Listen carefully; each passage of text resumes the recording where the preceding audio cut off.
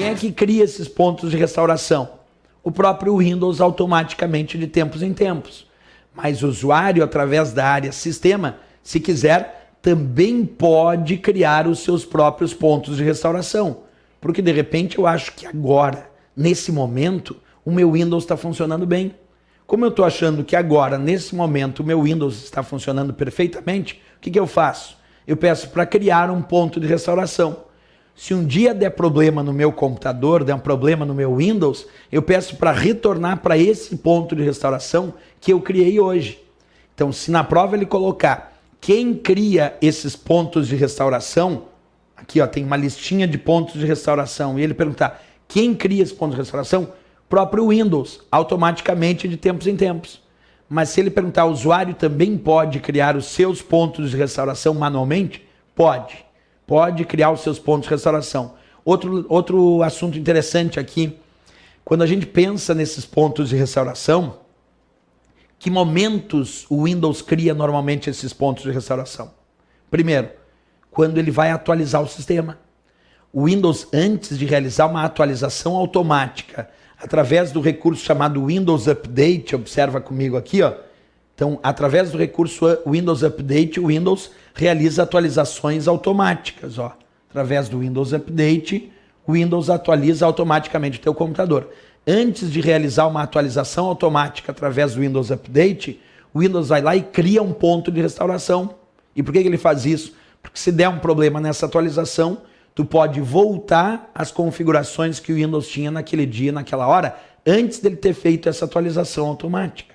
Outro momento, quando tu vai instalar um determinado programa, então, por exemplo, tu resolveu instalar um determinado programa no teu computador e o Windows, então, cria um ponto de restauração antes de efetivar a instalação daquele programa.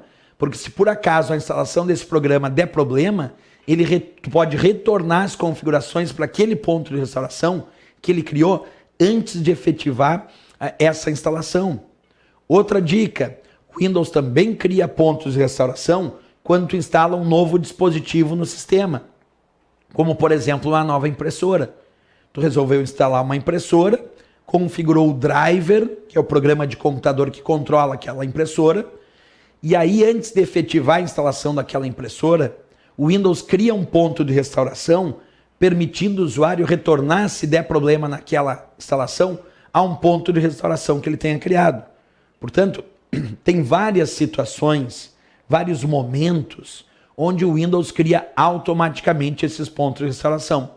Então, repetindo, quando ele atualiza o sistema, ele cria pontos de restauração quando tu instala um novo programa, ele cria ponto de restauração quando instala um novo dispositivo, como uma impressora, ou uma placa de vídeo, ou uma placa de rede.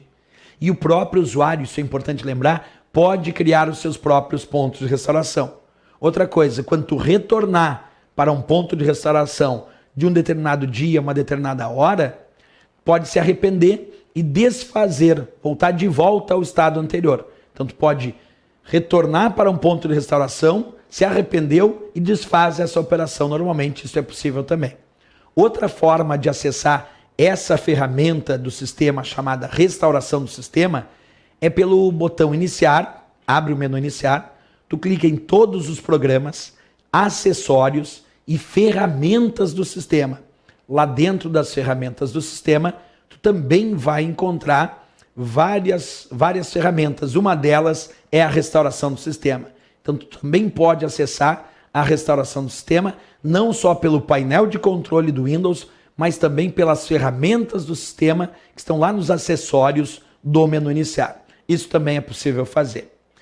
Pessoal, com isso, com essa explicação, nós finalizamos o estudo, vou voltar aqui para ti, do painel de controle do Windows. Então, essa aula, finalizamos o estudo do painel de controle. Na nossa próxima aula, já vamos estudar outro item do Windows. Mas o painel de controle, que é a parte mais longa e difícil de estudar dentro do Windows, essa nós já vencemos, certo? Relembra, tem que rever a aula, porque o painel de controle tem muita coisa, muito detalhe, muitas categorias, e é sempre importante rever para lembrar no dia da prova. Próxima aula, então, outro assunto. Até lá!